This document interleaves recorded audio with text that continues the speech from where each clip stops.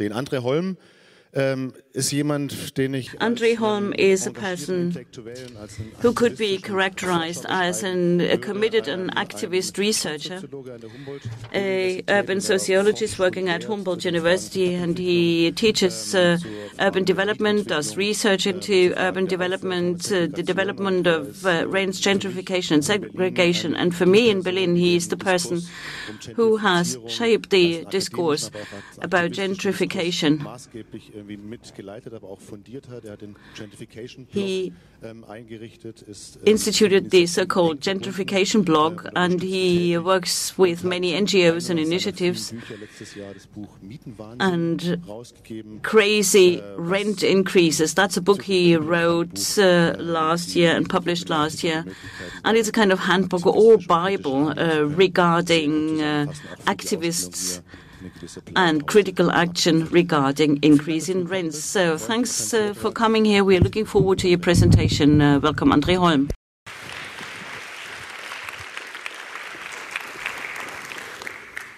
Ja, ein herzliches Willkommen von meiner Seite. Very warm welcome, and thank you very much for the invitation. So this fits perfectly with the program because we heard about Kotti and Co and the other protests, and I've got historical. We've heard a presentation on the historical block of flats. It's about investment divestiture, about capitalist urbanization. All this is linked to it. We heard about the block of flats. Maybe I can have my presentation on the screen, then I know what I am talking about. And all this has resulted in us talking about gentrification and displacement taking place in Berlin. I'm going to give you an outline of the current housing issues in Berlin. And possibly at the end, we might even have time for a few questions and to have a discussion. When talking about housing issues in Berlin, as we've seen by the program as well, we are not. This is not determined by academic studies, and this is not determined by political initiatives that you might find in Parliament. No, housing issues is characterized by protests in the street against foreclosures, about forced eviction. We had the referendum against buildings being built on the Tempelhofer Feld Square, the former airport. There are small initiatives, not as known as the Kotti and Co initiative, but that exist in a lot of boroughs. And we've got the former fight about the houses that were taken by papal squats. And the new owners threatened people to evict the squatters. There we've got Kotti and Co and the other initiatives. They went to the town hall and thus have become a part of the political arena. And we've also heard about the rent referendum. So the housing issue in Berlin is raised in the streets here, and it is great that we can also ask this question in the House of World Cultures. But these are not the real locations. Actually, this should be discussed in the political arena of Berlin. Why is housing issue so important, so pressing for the people out there? This is because it's not only an intellectual and academic and an artist's problem, but the housing issue for many people in Berlin determines their everyday life. And I agree with Franziska when she says the misery of the 1930s can't be compared to the misery of today, but the existential level that is involved in the housing issue for many resulted in the housing issue being item number one on the agenda. We heard about the Prenzlauer Berg district. This is one of the most expensive neighborhoods in Berlin. There is the so-called energetic refurbishment in Berlin, and flats become more expensive, too expensive for the autochthonous, the old, the former residents, whatever we might call them. They won't be able to afford this. Once the scaffolding will be dismantled, rent will be twice as high or three times as high in some cases, and people have to move. But they won't find a flat in the districts of Prenzlauer Berg, Friedrichshain, or even Kreuzberg. So where are they supposed to go? Possibly to the Märkisch Viertel, where they don't want to go. And not even there you've got flats. And these are the reasons why the people living behind these scaffoldings have no other opportunity. They can only defend the flat they live in currently. This is the reaction we see in the many residence initiatives. It is not only that they are enamored with their own district or neighborhood, it is simply because there's no alternative for them. They simply can't move. This was the mode of the 1990s. Gentrification processes in Berlin East were rather smooth because the people, the residents who had to move out simply found a flat in their own neighborhood which met their requirements. This is no longer possible today.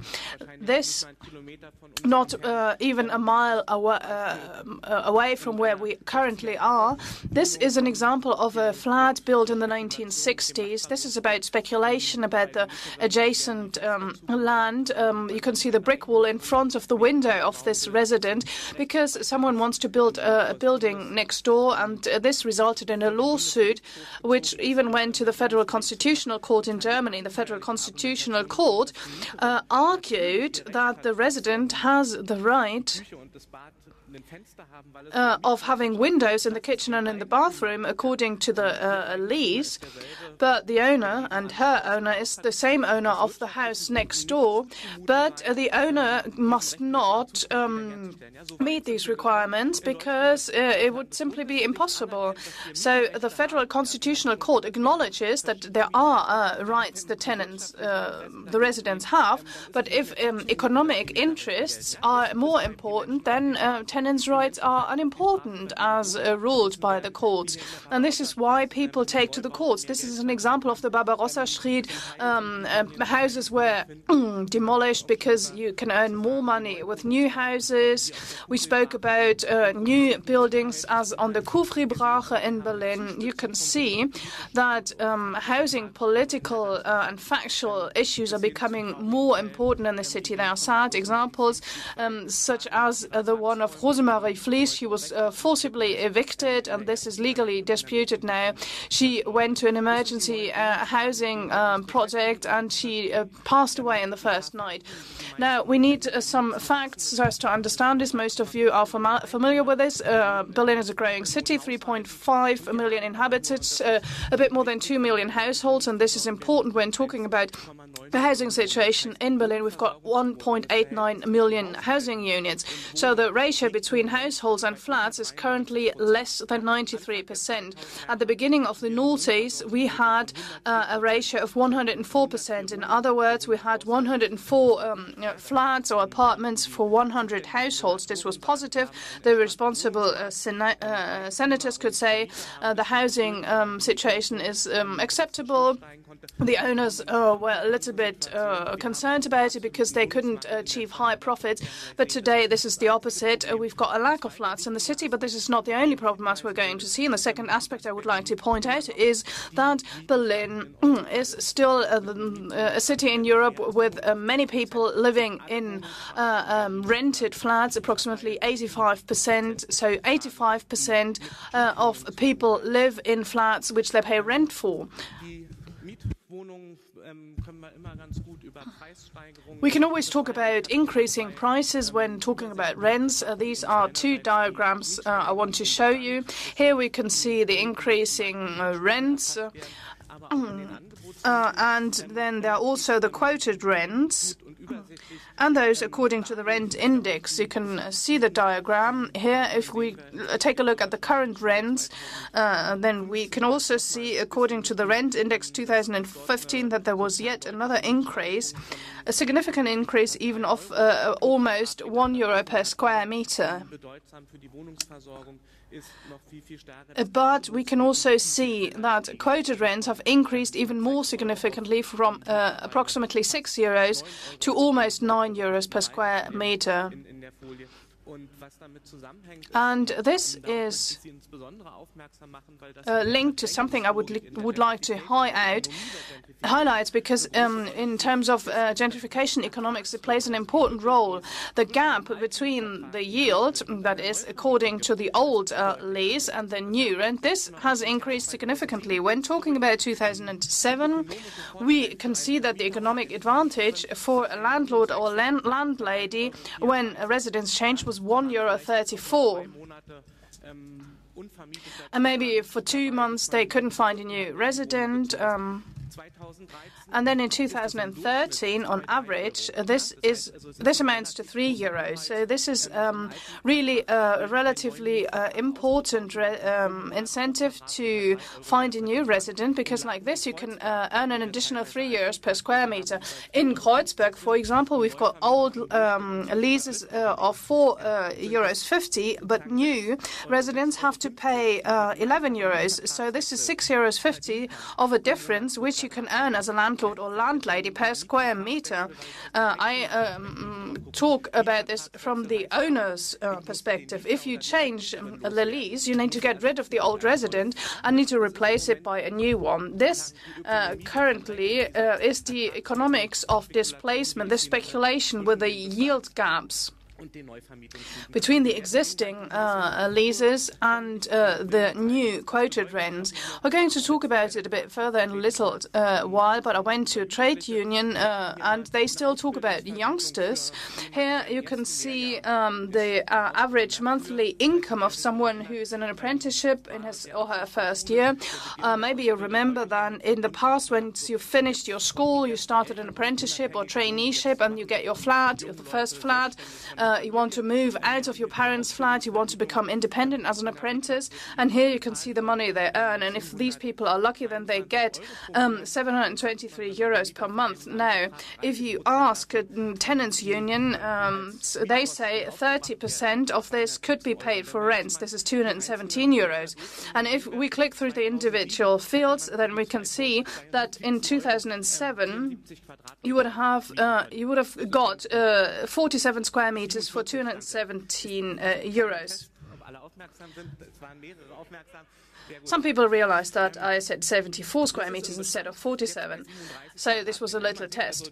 Here you can see it's 37 square meters. The flats that you can afford are getting smaller over time. With regard to quoted rents, in any case, they are getting smaller and smaller, €8.95 per square meter. And this is not including Kreuzberg and Prenzlauer Berg. You can only afford 24 square meters now. You could say, well, this is like half of the average per capita income. Why do apprentices need more space? A small flat can also be quite nice.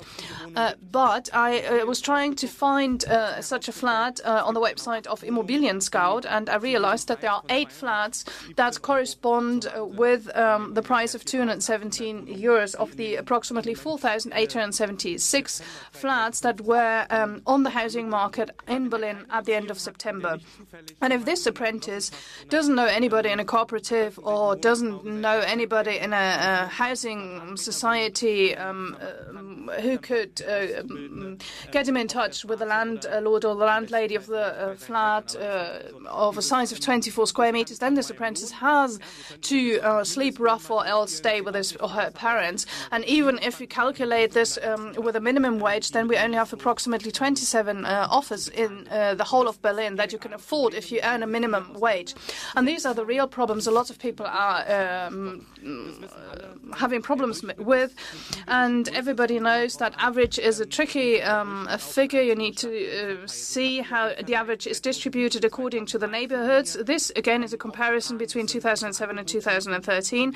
These are quoted rents I've already mentioned. The darker the blue on the map, the more expensive, the more higher the rents are. You can see here, 2007, we've got 36 districts which are relatively light blue. This includes the Märkische Viertel, the large settlements in East Berlin are included, where the rents are rather low, that is €5 per square meter or less.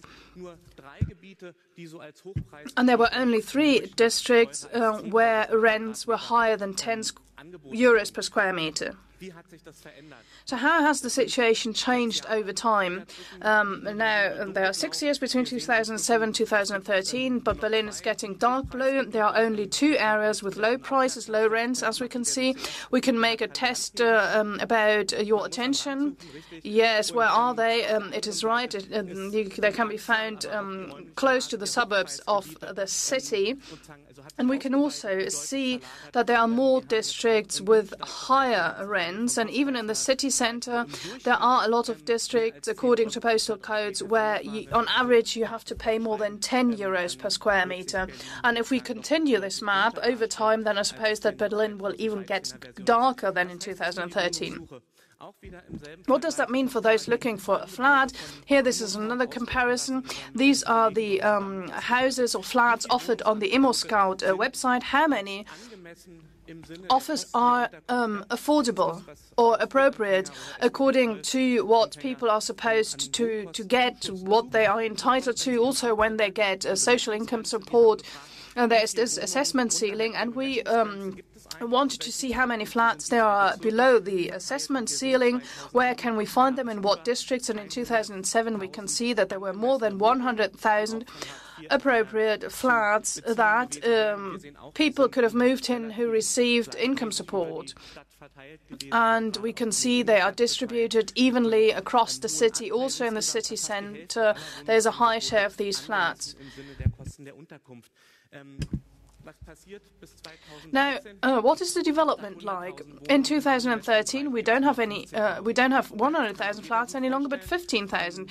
Everybody can easily imagine what this means.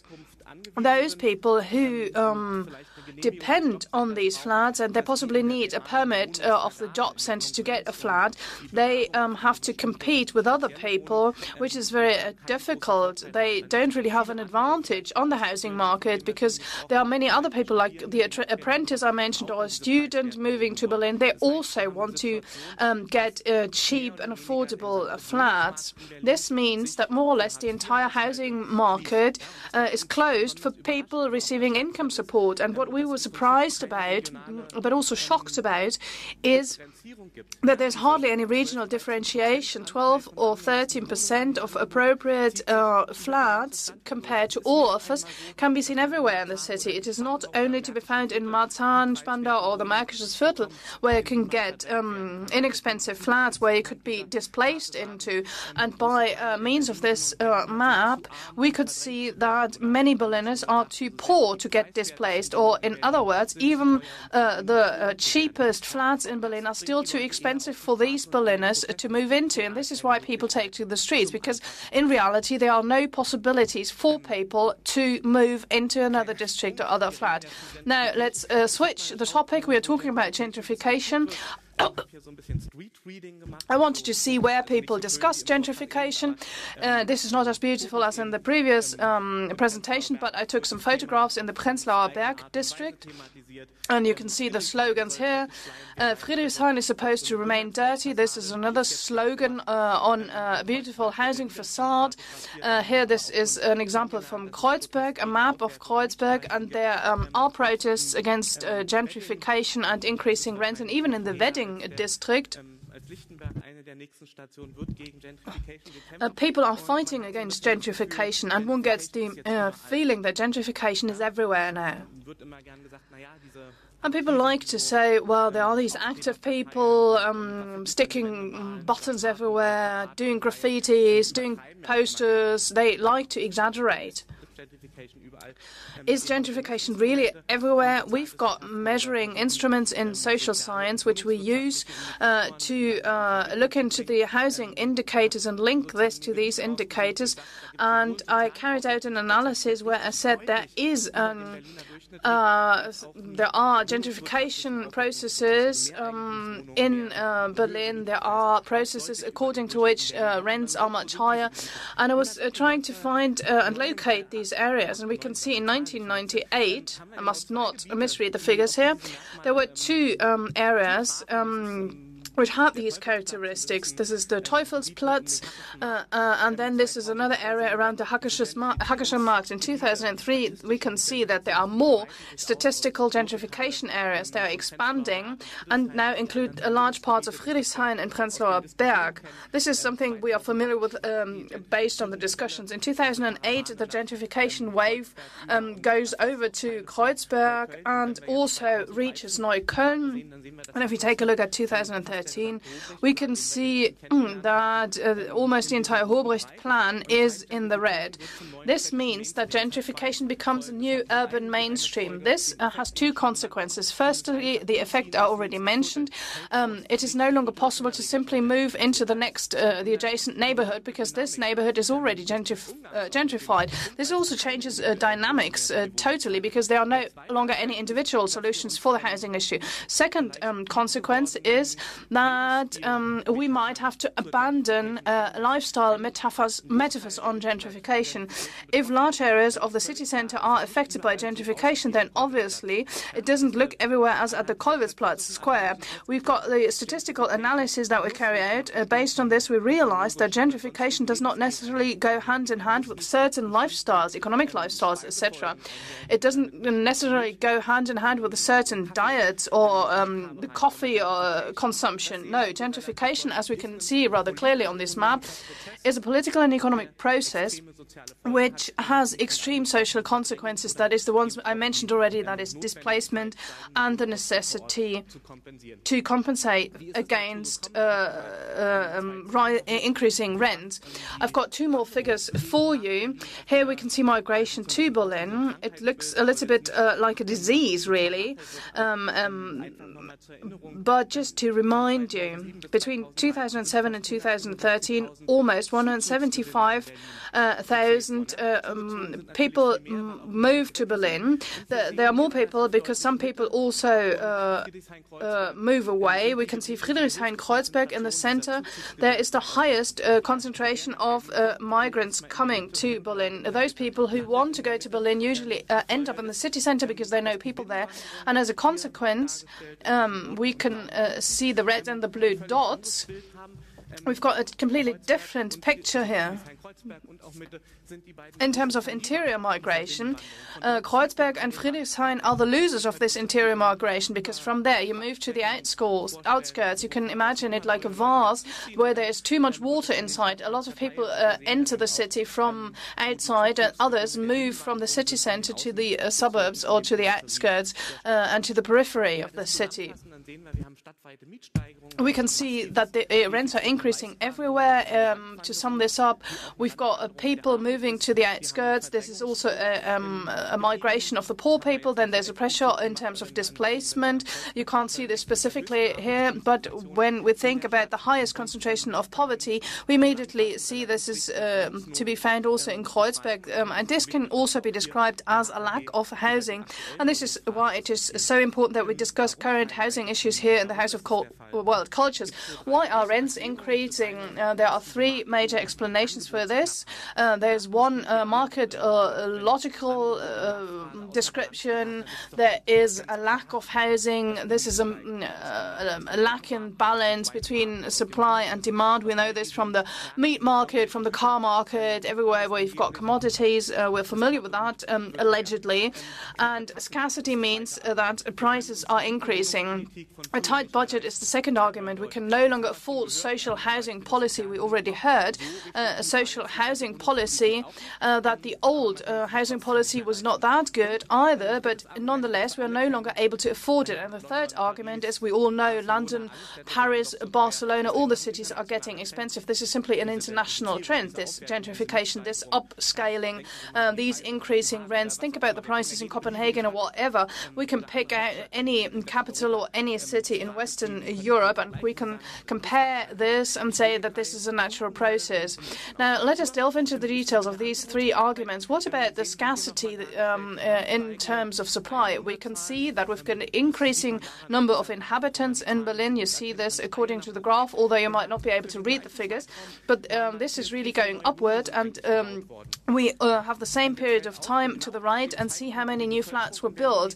And we can see as of the moment in time when there was an increase in the number of inhabitants, the housing market kind of collapsed. Why didn't they build flats any longer? Was it prohibited to build houses, or was it simply not worthwhile? The latter is the case. why didn't people build any houses when there was an increase in inhabitants? People said, well, in a city where you can get a good flat in an old building costing only 5 or 6 euros, you can't build a new house, which will then cost 10 euros per square meter. It would not be worth it.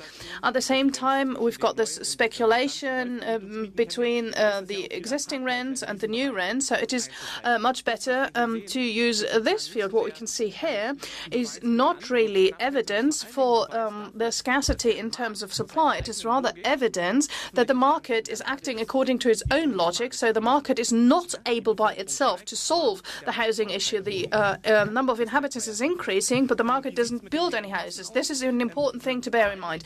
What about the tight budget?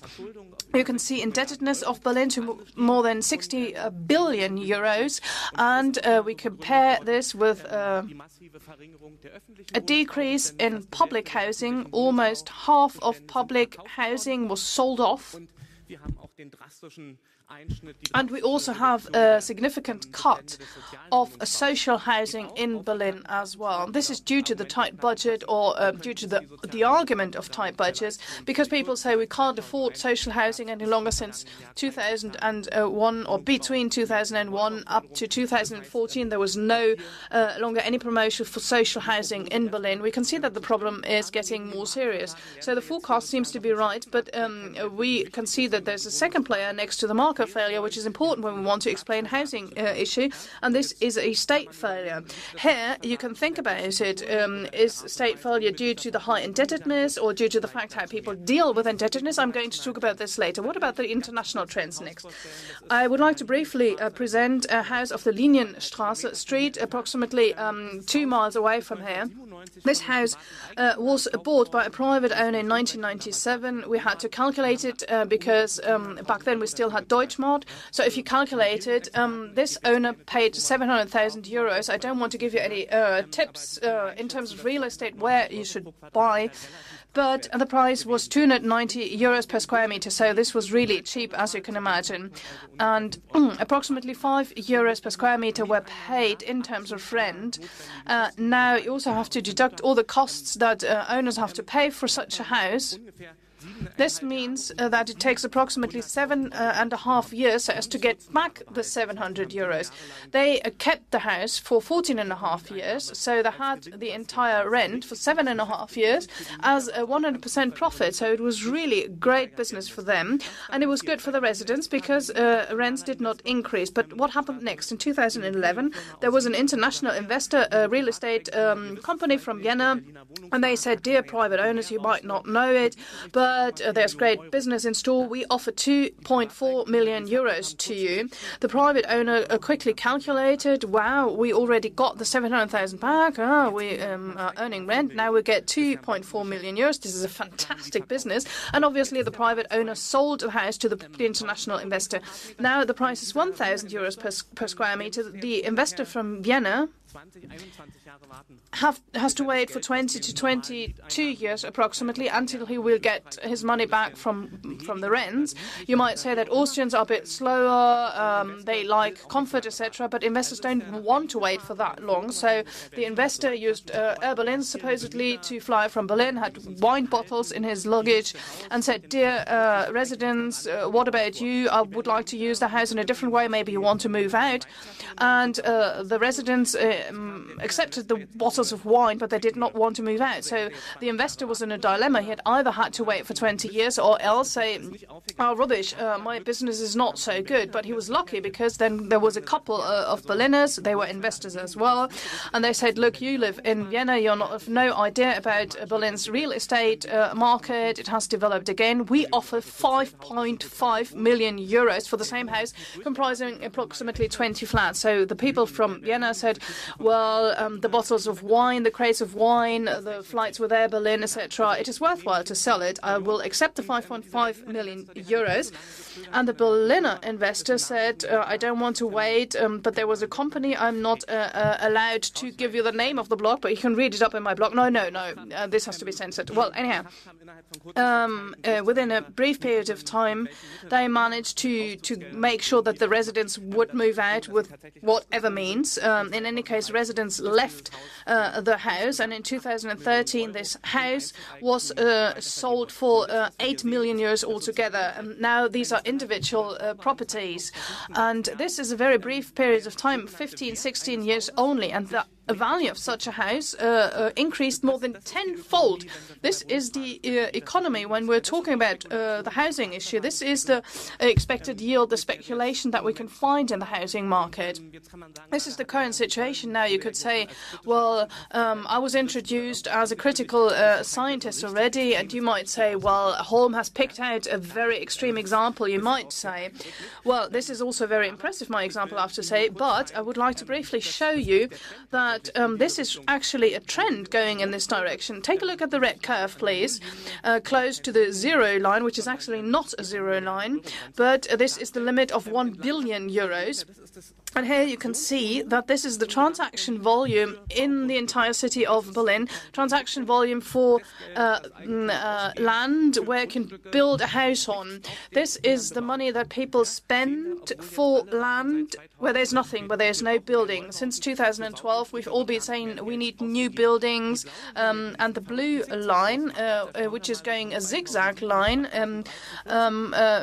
is the development between 2007 and 2013 or 14. This is the line of real estate where there are houses, where there are buildings, such as the Linienstraße Street. And this increased from 3 to 9 billion euros between 2007 and 2013. And this is the expected yield speculation that we can clearly find in Berlin. Everybody having his or her pocket calculator can now calculate how many Linienstraßen streets can be put into these 9 billion so as to have such a problem in Berlin. Now, then there are also rented flats that are converted into property, and there is a significant increase as well. And then there's a particular feature about Berlin's gentrification that we're currently observing, which is the standard increase due to modernization. These are 5-year steps, as you can see on the diagram. This has clearly decreased as well. You can convert rented flats into property flats, which is better. Modernization used to be the typical pattern in maybe Prenzlauer Berg, but you can rather earn money by converting the flats into property flats. Now you get gentrification without the advantages of modernization. This used to be the argument in Prenzlauer Berg, because everybody said, look at the old houses in East Berlin, something has to be done, we have to refurbish everything. Now you can realize the higher rent without making any additional investments into the houses. Rental gentrification is the technological term. This is the gentrification that occurs without investment into the houses or buildings. What does that mean? If we summarize the 3 arguments, then at the beginning we spoke about scarcity in terms of supply. This is actually only used to strengthen the monopoly of real estate ownership. But there are possibilities of a great profit in Linienstraße Street and elsewhere.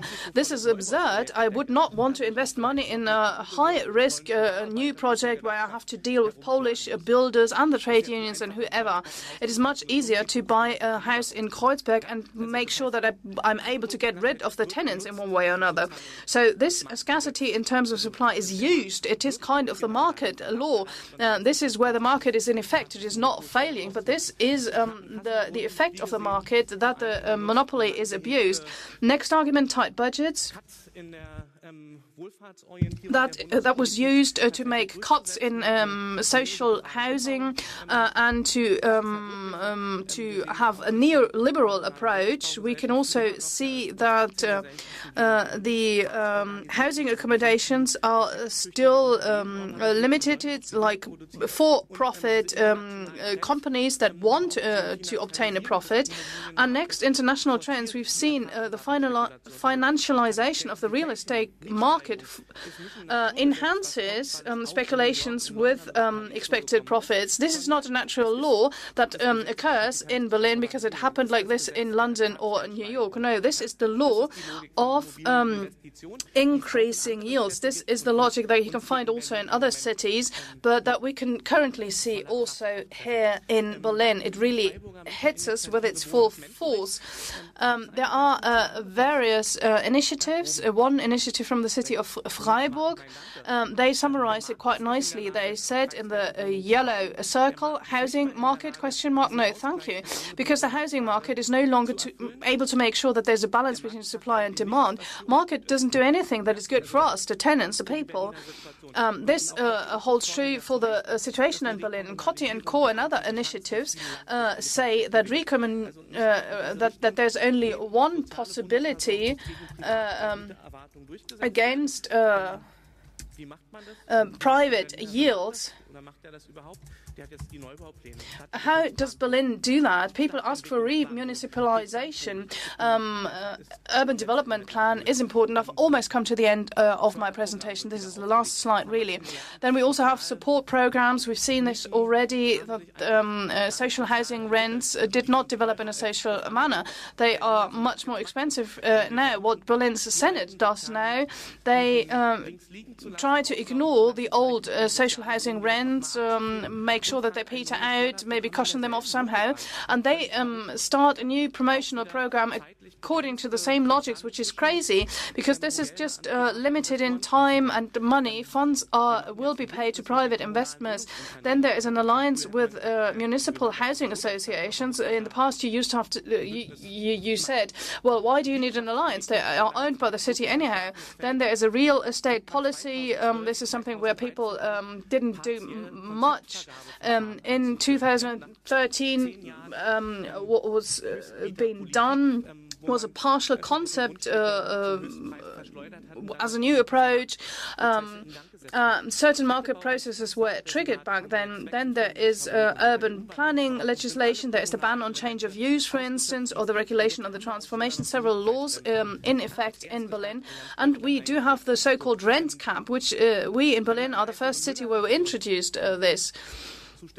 If you listen to Senator Müller, who's also the incumbent mayor, then you can hear that he says we are doing everything. So this is why I was really upset with this referendum about rents, because the mayor says we're doing everything already, but we need to take a closer look at it, because new building programs do not create any new flats.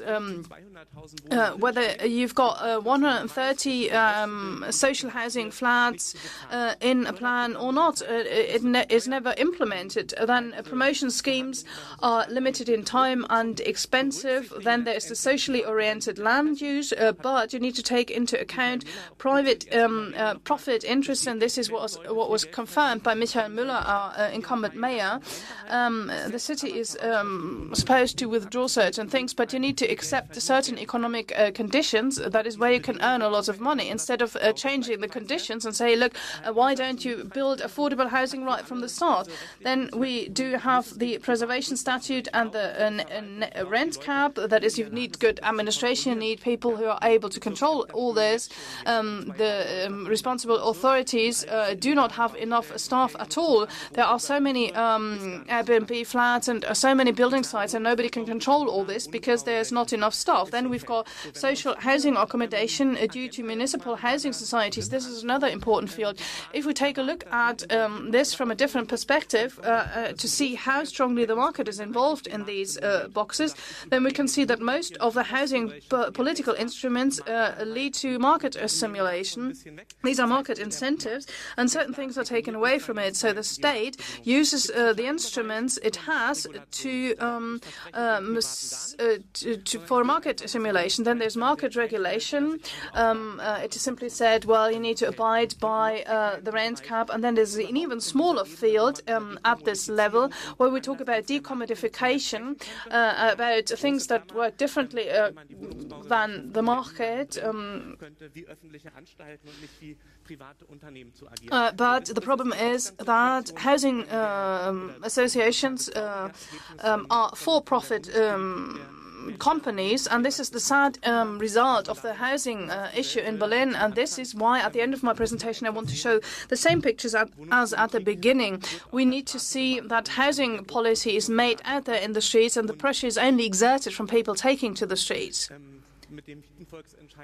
And then there will be the referendum on rent.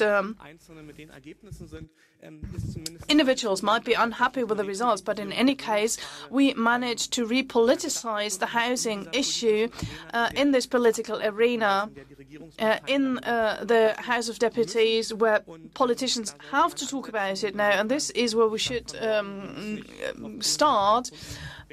And the city of the future does not need to be reinvented, because the city of the future already exists in initiatives such as Coty and Co.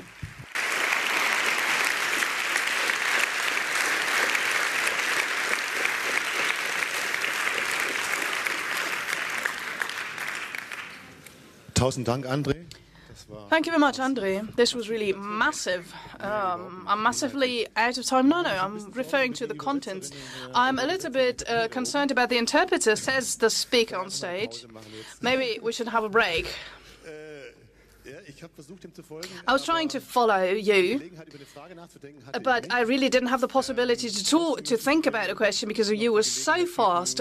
Nonetheless, I would like to give you the opportunity, that is, give the opportunity to the audience to ask one or two questions to Andrej. Is there anybody who would like to raise a question? Yes, over to you. Could you please wait for the microphone? Hello? There was this one slide where you could see the city centre of Berlin and people moving away from the city centre. What is the consequence? Actually, there should be a lot of space now in the city centre. Yeah, but in the earlier slide, we could see that there are even more people moving into the city centre. I mentioned this ratio, and in the city centre areas, this ratio is below 90%. So it was not the total? Yes, it was the total of internal migration. And on the second slide, it was migration, immigration, that is only.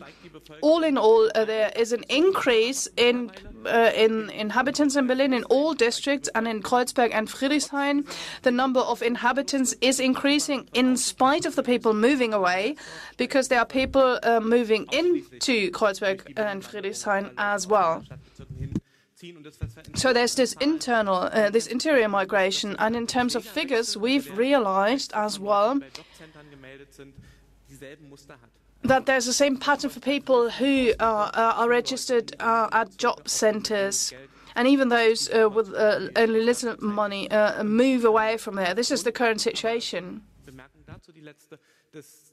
But I also would like to say that there's a scarcity of affordable housing. The people moving, that is the ones I've summarized on this one slide, these are mainly households generating an income, people who possibly have a job, and they can thus afford flats with increasing rents in maybe Lichtenberg and elsewhere. And this resulted in a paradoxical effect that if you consider the whole of Berlin, segregation is decreasing. Segregation meaning the separation between poor and rich. There's even an upgrading process in Marzahn, for instance, because people who move there are a little bit better off compared to others who used to live there for a longer time. And this is also linked to the fact that these are the statistical figures currently, and some people also remain there. And then studies tell us, look, you don't have to talk about problems in Kreuzberg. But this is, of course, wrong. We know the situation in the flats. Sometimes there are 5 or 6 people living in 3 rooms only. There's not a lot of space at all. Rents are increasing. People have a second job or a third job to be able to pay for their rent. And this is why it is not surprising why this old slogan, who eats what? First food, then rent. I think this was the old slogan. This is activated once again, because in reality there are a lot of people living in precarious economic conditions, so it's a relevant point. We heard about Coty and Co. It's 60% of the income that I have to pay for rent, so there's hardly anything left after I've paid rent. I think there was another question over there. Maybe we've got a microphone. Thank you. I don't have a question, but to me it is very, very important indeed to hear about your economic, ecological and political arguments, but one thing is missing. For many years, a network was built. If you live somewhere in a neighborhood, you know all the shopping centers, you know where the doctors are, you've got your relatives and your friends there, you know your neighborhood. And if you find a new flat, you move to another flat, you don't only leave behind your flat, but your entire social network. That is everything. This is very important for the people's souls. I also know a family who used to live in a district for many, many years, but then they had to move. And they came back because they were not able to deal with it. They had to live in another neighborhood. They couldn't deal with it. And this is the social network that is really important for the human soul and for human lives as well. We don't only need the money to live, so as to pay for our family, for our relatives. We also need our friends, our relatives, because if I need someone to help me, they would immediately be there. But if I have to move to another neighborhood, it will take me years and years to build up a new social network. This is especially difficult for the elderly. I wanted to add this because some people even committed suicide. In terms of humanity, this should not happen. Yes, absolutely. This is an important point. But I couldn't mention everything because I was running out of time. And otherwise, Koan wouldn't have managed to follow any longer. This is the complete paradoxon. And this is being debated in public as well. It is said that everybody should have the right to have a shelter. A rich society, as in Germany, should be able to afford this, but the right to live in the city center or the right to live in the neighborhood, which is your preferred one, this does not exist. And this is preposterous, because those who are able to afford the very high rents spend possibly a lot of their time in aircrafts, in conference rooms. They don't even need the neighborhood, according to the analysis. Those who have a lot of money are people who are very mobile, and their friends live a bit everywhere. And the poorer you are, you need your social network in the neighborhood. It should be conversely, and you should say that the lofts of the rich people should be built somewhere else, where they don't disturb anybody else. They could build this next to their direct link to the main station, next to the airport, wherever they want to. This should be the discussion we should be having. Yes, for the human soul and for human lives, this is really the most important point. Thank you.